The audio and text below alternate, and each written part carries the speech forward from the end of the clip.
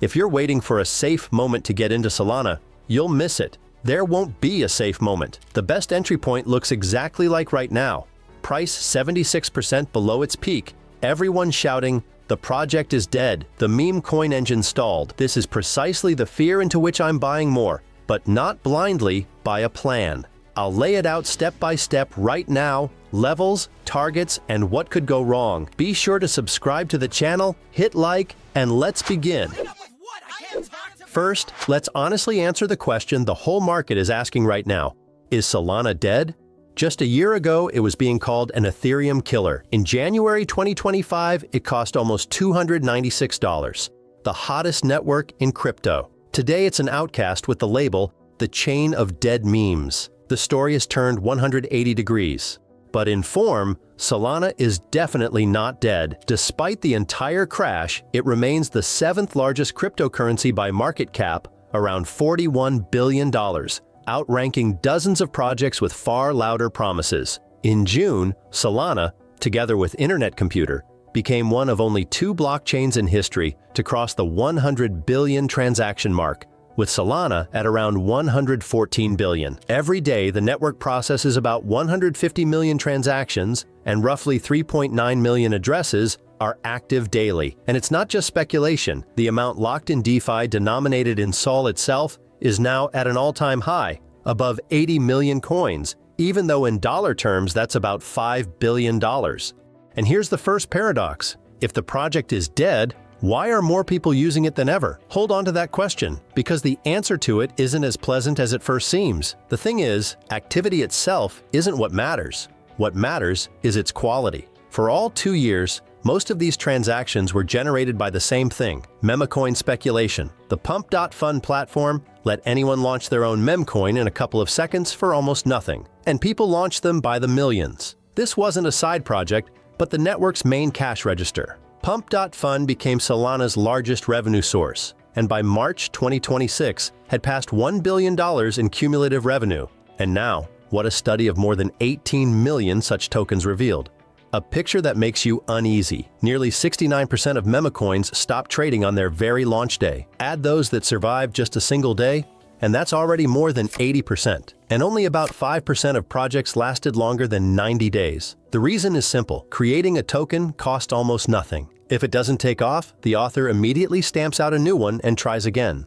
And now, what a CoinGecko study of more than 18 million such tokens, launched between January 2024 and June 2026, revealed nearly 69% of meme coins, around 13 million, recorded their last trade on the same day they were created, and within 2 days more than 80% had already stopped trading, and only 4.55% of projects lasted longer than 90 days.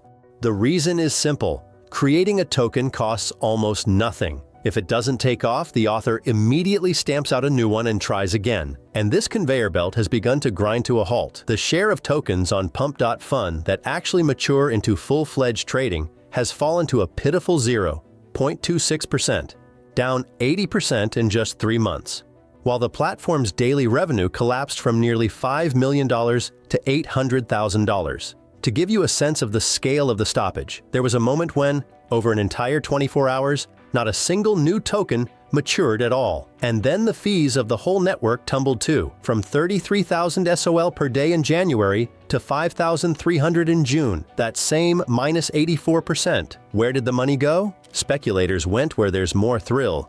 Capital flowed into perpetual derivatives, onto Hyperliquid, where 30-day perp trading volume reached $191 billion. Here they trade with leverage no longer on memes, but on stocks, and even SpaceX. On June 12th, SpaceX perps alone delivered 30% of the platform's turnover, $1.4 billion in a day. That's where the hype went. And against this backdrop, Solana itself collapsed over 6 months from roughly $145 to $73. Let's be fully honest, even in its cooled-down state, Pump.Fun still brought in more than a third of all the revenue of Solana's apps in the first quarter, $124 million out of 342. The engine hasn't died completely, but it has clearly slowed down. And here's the first clue almost everyone missed. When DeFi on the network sagged, Masari analysts pointed directly to the falling price of SOL, not an exodus of users. But the fall of memes is only one side of the story. To understand why Solana is even still alive and where it's headed next, you need to look at what's happening on the network beyond speculation. That's exactly what we'll do next. While the market's attention was fixed on dying tokens, the Solana team was quietly closing its main historical problem: unreliability. For several years, the network was plagued by outages because it ran almost entirely on a single validator client. The February 2024 failure even halted the network for several hours. A bug in the Sol client hit everyone at once. And then, in May 2026, FireDancer finally went live on mainnet, a fully independent client written from scratch by the Jump Crypto team. At the time of launch, about 26% of validators were already running it or its hybrid version, and its goal is 1 million transactions per second. But it's not even about speed. It's that Solana, for the first time, has a second independent codebase, insurance against the very failure everyone feared. And next comes the Alpenglow consensus upgrade. Network co-founder Anatoly Yakovenko confirmed that it aims to cut transaction finality from almost 13 seconds to roughly 150 milliseconds this very year. That's the kind of speed serious financial institutions can look at for the first time. And here's what's important to understand. Often a coin's fate hangs on a single symbolic figure on whose tweets the entire hype depends. Solana has no cult of one personality. Yakovenko doesn't put on a show. For years, he's simply been building infrastructure, and the network's foundation rests not on the mood of a single account, but on a wave of institutions coming in quite matter-of-factly. While retail moved into perps, MoneyGram, one of the world's largest money transfer services, became a validator of the Solana network. South Korea's KG Group chose Solana for its payment system, and Toss Bank is testing international transfers on it. Tokenized stocks of real companies have started being issued on the network, and the real-world asset market on Solana has surpassed $3 billion. BlackRock's Buidel Fund, from the world's largest asset manager, doubled to $500 million. Visa and PayPal have plugged in, and the volume of stablecoins on the network has reached roughly $15 billion. And over all of this, spot ETFs on Solana itself, which have already gathered more than $1 billion, plus an application from Morgan Stanley for its own product. And yet, let's not deceive ourselves. No foundation cancels out market gravity. In the coming months, Solana will follow Bitcoin, and Bitcoin is currently under pressure. The new Fed Chair Kevin Warsh, at his first meeting on June 17th, held the rate and tightened the projections, removing hints of easing from his rhetoric.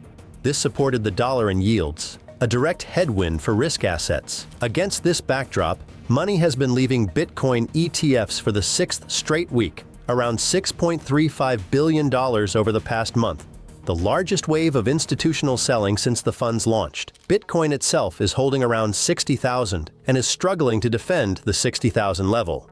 A break below threatens a new wave of liquidations. Now let's look at Solana's weekly chart, and here everything is plain to see. Over the last 2 years, the market drew a classic bearish pattern: a head and shoulders. The left shoulder, the March 2024 peak around $208. The head, the all-time high of January 2025, almost $295. The right shoulder, the September 2025 top around $252. The neckline ran through the $120 zone, and in early 2026, the price broke through it to the downside. There's your whole crash, from $120 to the current $72.